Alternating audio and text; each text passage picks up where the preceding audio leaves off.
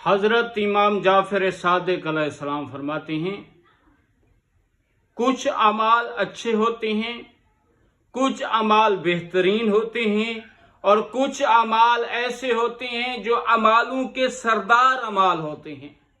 सरदार अमल क्या है? इमाम फरमाते हैं, अपने नफ्स के मुकाबले में इंसाफ से काम लेना, ये अमल सरदार अमल है। कुर्बतन इल्लल्लाह, अपने भाई के साथ हमदर्दी करना, ये अमले सरदार है। और हर हाल में खुदा का जिक्र करना, ये भी एक सरदार अमल है। और बकाया जितने भी अमल हैं इसके मुकाबले में नहीं है।